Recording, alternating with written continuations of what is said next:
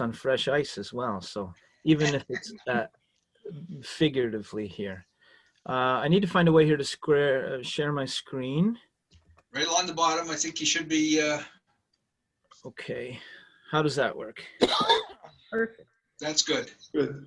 Okay, so I want to take a little bit of a different direction in my presentation and give us a view of what will seem the distant past now, 100 years ago, from about 10,000 feet up. And I've got a presentation here called Inventing Hockey Drama, Telegraphic Reports and the Birth of Play-by-Play Before Radio. There's an amusing story that hockey historians recount every now and again. When our sport first made its first appearance on CBC television, on October 11, 1952, viewers watched the Montreal Canadiens defeat the Detroit Red Wings 2-1 in an NHL game, or at least they watched the last third of it, because as many of you know, in those days, TV stations in Montreal and in Toronto were forbidden from showing the game's first periods for fear of hurting local gate receipts. But on that date, hockey fans who'd previously consumed games on the radio through the Imperial Oil broadcasts of play callers like Foster Hewitt could now actually watch the action too. And the reactions were twofold: shock, delight. Shock, on one hand, at how poorly the announcer's play call matched what they were seeing with their own eyes on TV. And delight, on the other hand, because now they were getting a twofer, 2 games at once. Now, hockey followers have known this. I say this only half jokingly, but hockey followers have known this for a long time. The sport that we love is elusive, it's complex, and it's impossible to narrate. Quite simply, language fails us. And anybody who's tried the play-by-play exhibit at the Hockey Hall of Fame will know this to be true. This challenge of communicating hockey accurately is one of the subjects that I wrestle with in my new book, A Hotly Contested Affair, which is actually just hot off the press this past week, published by the Champlain Society and University of Toronto Press. In it, I've collected 157 key documents in the history of hockey. I provide a little bit of analysis in the introduction, and then at the beginning of each of 10 themes into which I've divided these documents: nationalism, evolution, commerce, violence, character, race, women, internationalism. But the one theme that I'd just like to touch on today in my presentation is, as you can see, called Hockey Talk, Communicating the Game. In that chapter, I reproduce 14 documents or document excerpts that trace how game action was told over the course of time, beginning in the 1890s and right up into the early 21st century. Until the 1890s, most hockey events in Canada were modest local affairs that had little meaning beyond the cities and towns where they could be watched in person. However, beginning in that decade, in the 1890s, hockey spectacle becomes what we might call an extra-local phenomenon, broadcast and pitched to hundreds of thousands of North Americans through a series of successive media using new technologies. These media include mass print daily newspapers, starting in the 1880s and into the 1890s, begin to cover hockey games with some intensiveness.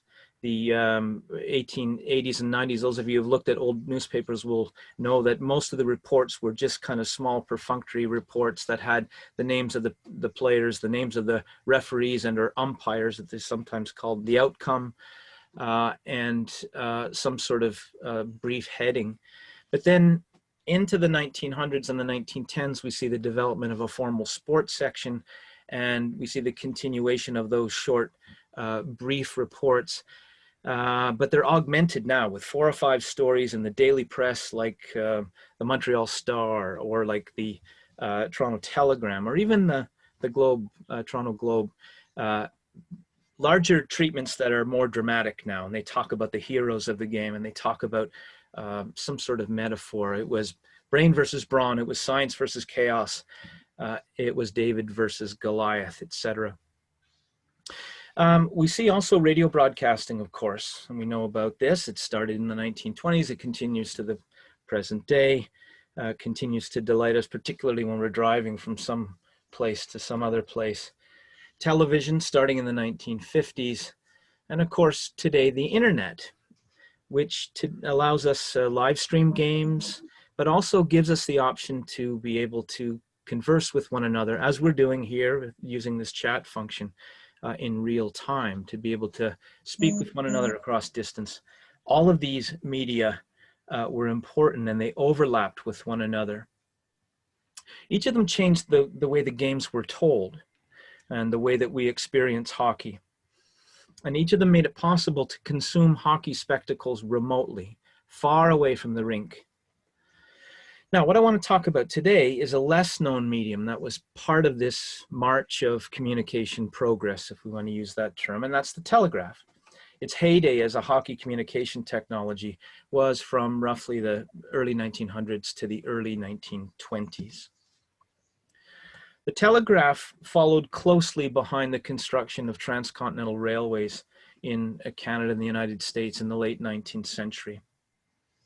It involved a series of wired posts that paralleled the steel rails, and it used these odd-looking machines. Here's one, the technology changes over time, but here's one from the 1910s that gives you a sense of what they looked like. These odd-looking machines that sent and received messages using electric currents. They produced code and they typed out words. And railway companies like the Canadian Pacific Railway and the Canadian Northern and others established their own separate telegraph companies then that could take advantage of the rights of way that they had. At the transmitting end, news agencies would station telegraph operators at rinkside or in the press box with a sports writer or a knowledgeable fan, and at the receiving end, telegraph operators would decode the messages and either read them aloud to assembled fans or to create transcripts that they could post for everybody to see on bulletin boards in hotels and theaters and newspaper office store windows, etc. Among the first hockey spectacles related telegraphically was the 1896 Stanley Cup game, won by the Winnipeg Victorias over the Montreal Victorias.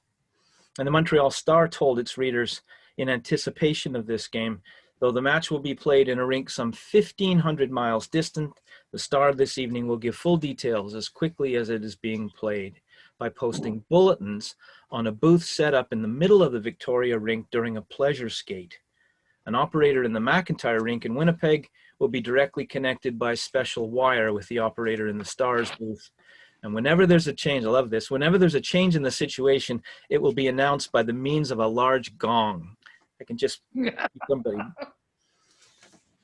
In the following day's paper, the Montreal Star published all of the bulletins that had produced the night before so that readers could go through and relive the game if they wanted to. Another account comes from 1910.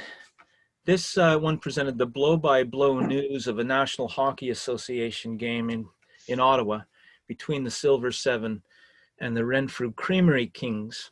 It was delivered by CPR Telegraph to an audience at the Renfrew Temperance Hall. We normally don't associate temperance with hockey, but I suppose they did in 1910. The Ottawa Journal reported the building was packed to the doors.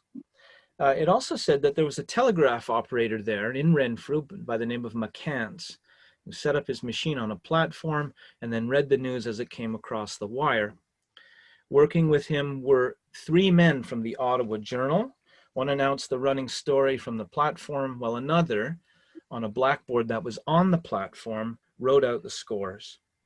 A third member of the staff supervised the copying of the bulletins and sent the scores then to nearby hotels where they were further broadcast on bulletin boards and through announcements.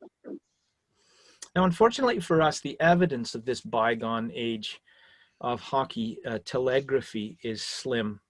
The paper that conveyed telegraphic messages was flimsy and normally disposed of soon after its use.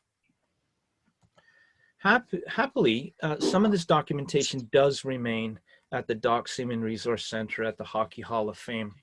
And so what I wanted to show you here on this screen are 6 of the Telegraph cards that describe Game 2 of the 1908 Edmonton-Montreal Wanderers Stanley Cup Challenge game.